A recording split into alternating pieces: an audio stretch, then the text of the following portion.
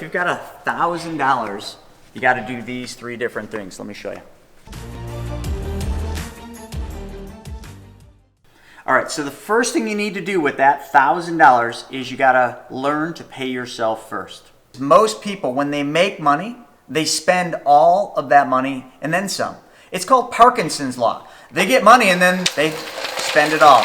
You trade hours for dollars, and if you want to build wealth, you really have to break Parkinson's law. You got to stop spending every dollar you make, and you got to start paying yourself first, and it's very easy to do. Take the money you make, figure out what your expenses are, and then after you figure that out, save money. After I figured out what my expenses were by doing a budget, I then figured out how much of the money I make am I going to save. And instead of just keeping that money in my regular bank account, I changed where my savings went.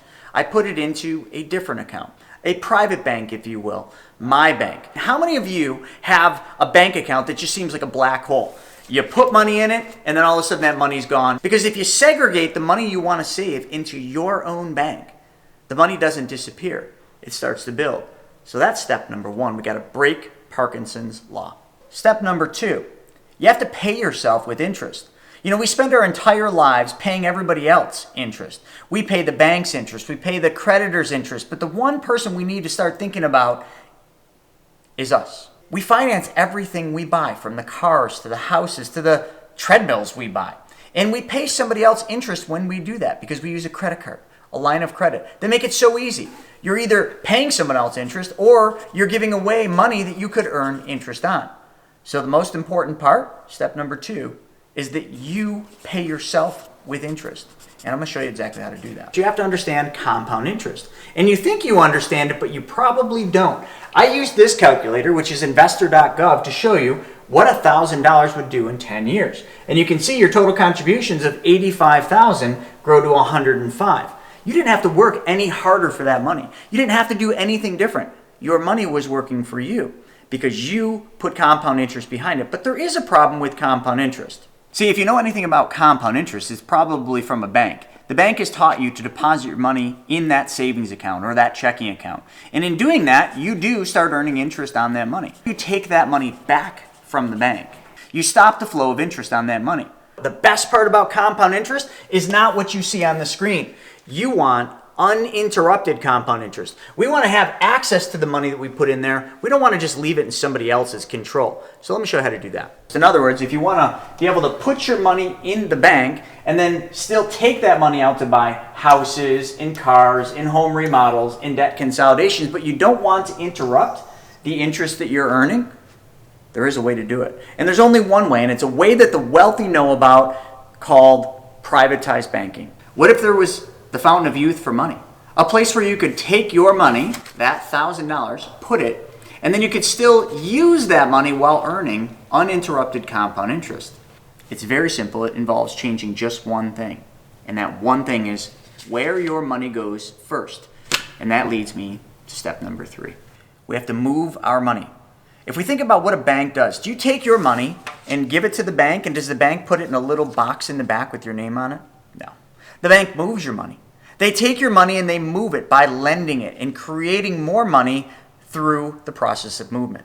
And that's what you got to do with your money. You make money, you put it in somebody else's bank, and then what do? You pay for all the things that you buy. The car payment, the cell phone bill, the home remodeling bill on the credit cards. You keep making money and spending money. You're moving money, but you're giving it all away. All your money is going to somebody else.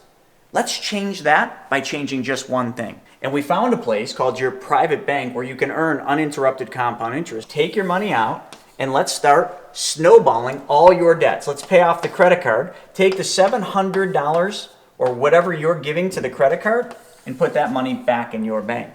By doing that, you move the money out of your account, paid off their account, and then you move the money you were giving them back into your account. And in doing that, you earned the equivalent of 20%. So let's do this one more time. We changed one thing, and that was where your money sat so you could earn uninterrupted compound interest. Then what we're going to do is we're going to then pay off the car. So we're going to take the money from your bank and we're going to pay the car off. Now most people, when they pay their car off, that's it. But we're going to take the $500 a month and the 5% interest you're giving the car company, and we're then going to take that $500 from them and we're going to put it back into your bank. So now $500 a month goes from their bank to your bank, and so does the 5% interest you were giving the car finance company. So remember the 3 steps for your $1,000. Step number 1, pay yourself first. We got to get rid of Parkinson's law. Stop making money and giving it away. Step number 2, pay yourself with interest. You pay interest to everybody else, why not pay yourself interest? Or why not recycle and recapture all the money you're giving away to everybody else and just take those payments you give to Visa, the car company, and pay them back to yourself. Change the environment in which your money resides and earn uninterrupted compound interest. And lastly, step number 3, you got to move your money. You got to start moving that money, because if your money is sitting still, somebody else is making money on your money. So let's take all 3 steps, apply this knowledge, and your $1,000 will multiply over and over and over again, and you won't have to work any harder. You won't have to work any longer. And you won't even have to take on any additional risk. Just follow the steps.